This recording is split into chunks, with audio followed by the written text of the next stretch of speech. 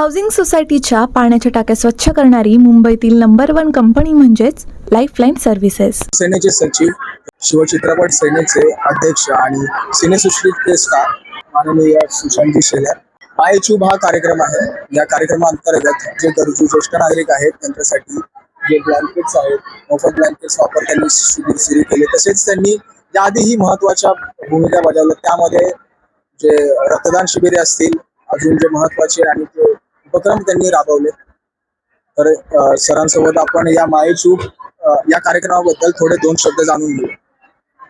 मुळात कसं आहे की बाळासाहेबांच्या आशीर्वादाने वयाच्या 9व्या वर्षापासून शिवसेनेमध्ये काम करायला सुरुवात केली आणि बाळासाहेबांचा जो एक कानमंत्र आहे की 80% समाजकारण आणि 20% राजकारण, हा विचारांचा वारसा पुढे नेण्याचं काम सन्माननीय शिवसेनेचे मुख्य नेते एकनाथजी शिंदेसाहेब करतात आणि त्यांच्या मार्गदर्शनाने काम करतो.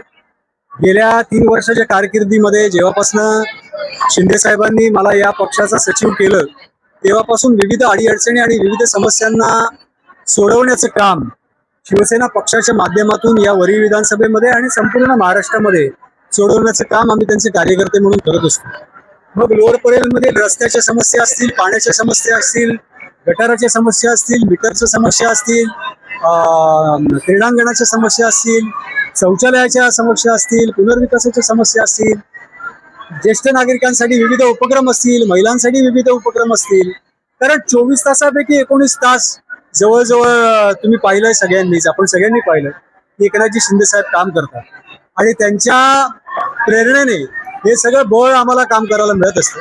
म्हणून एक छोटीशी आपुलकीची भेट या थंडीच्या दिवसात मायेची ऊब या सगळ्या ज्येष्ठ नागरिक यांच्या आशीर्वादामुळे आज सिनेसृष्टीमध्ये जे काय नाव कमवलं त्या या सगळ्या काका काकी, मामा मामी, आजी मावशी यांच्या आशीर्वादामुळे कमवलं.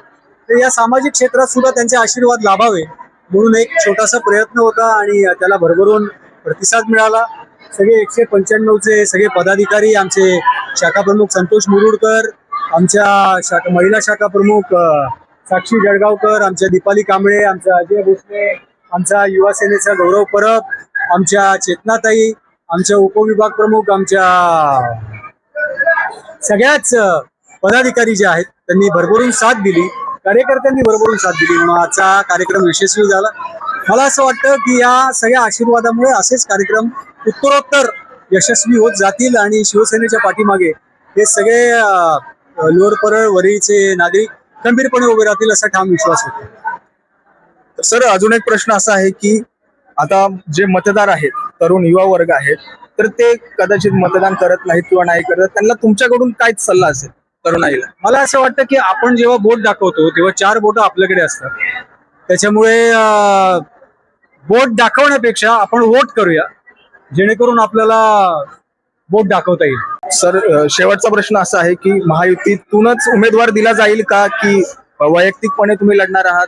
या पुढची भूमिका काय आहे? मला निश्चितपणे एकनाथजी शिंदे साहेब यांनी आम्हाला जे आदेश दिलेले महायुती सोबतच ही निवडणूक आपल्याला सगळ्यांना जिंकायची असा ठाम विश्वास व्यक्त केलेला आहे. त्याच्यामुळे ही निवडणूक महायुती म्हणूनच लढवली जाईल आणि महायुतीच विजयी होईल.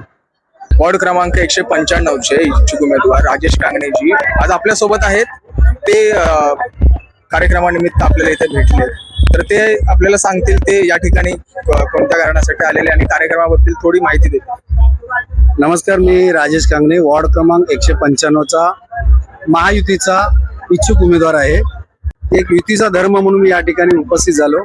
सांगा की ज्या वॉर्डच्या आपला हा जो वॉर्ड आहे त्या वॉर्डच्या संबंधित समस्या आहेत, लोकांना पाण्याच्या असतील, रस्त्याच्या असतील, त्या पूर्ण समस्या असतील, त्या समस्यांवर कसं समाधान म्हणजे पुढे तुम्ही करणार?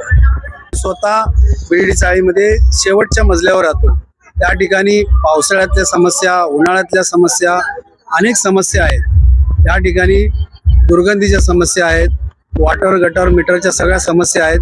त्या मी स्वतः बृहन्मुंबई महानगरपालिकेमध्ये कामाला असल्यामुळे मला माहिती आहे की महानगरपालिकेकडून या समस्या कशा सोडवून घ्यायच्या आणि या समस्याचं निवारण करण्याचं काम आम्ही सर्व मिळून करत आहोत. तर सध्या मराठी शाळा बंद होत चालल्यात, तर सध्या आपल्या स्थानिक विभागामध्ये ज्या मराठी शाळा आहेत त्या बंद होऊ नये यासाठी आपलं काय पुढचं पाऊल असेल?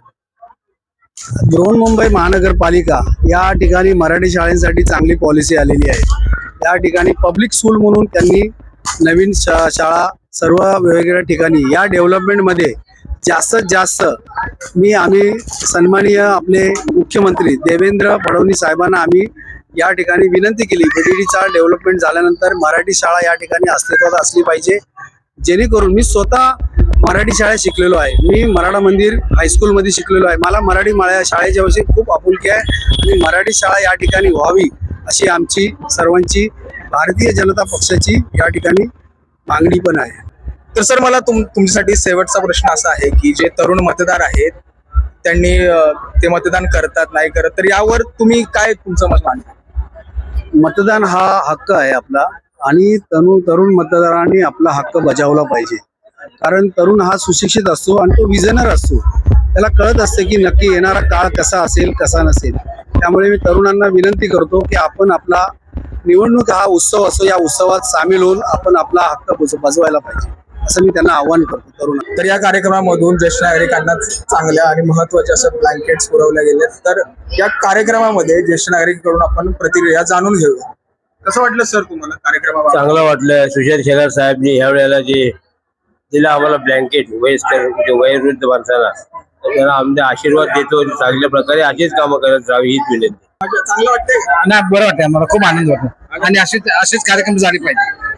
या कार्यक्रमामुळे ज्येष्ठ नागरिकांना खरंच फायदा झालाय का आणि हे कार्यक्रम पुढे व्हावेत का? तुम्हाला काय वाटतंय? कार्यक्रम यातून फायदा होतोय? आजच्या संवादातून एक गोष्ट स्पष्ट होते, समाजाची साठी काम करणं म्हणजे फक्त उपक्रम राबवणं नाही, तर लोकांच्या दुःखात त्यांच्या अडचणीत त्यांच्या सोबत उभे राहणं महत्वाचं आहे. सुशांत अरुण शेलार यांच्या ब्लँकेट वितरण मोहिमेमध्ये दिसते की ती केवळ सेवा नाही, तर आपण एकमेकांसोबत उभा आहोत ही भावना. माननीय एकनाथ शिंदे साहेबांचे मार्गदर्शन आणि स्वतःची संवेदनशीलता यामुळे सुशांतजी केवळ अभिनेता नाही, तर समाजासाठी काम करणारा विश्वासाचा हात ठरतात. अशाच उपक्रमांमुळे शहर उबदार होतं आणि मनही. कॅमेरामॅन प्रतीक सोबत मी हर्ष सावंत. आपण पाहत आहात साऊथ मुंबई न्यूज, चेहरा मुंबईचा. साऊथ मुंबई विभागातील घडामोडी जाणून घेण्यासाठी साऊथ मुंबई न्यूज चॅनलला लाईक, फॉलो, शेअर आणि सबस्क्राईब करा आणि बेल आयकॉनवर क्लिक करून ऑल करायला विसरू नका.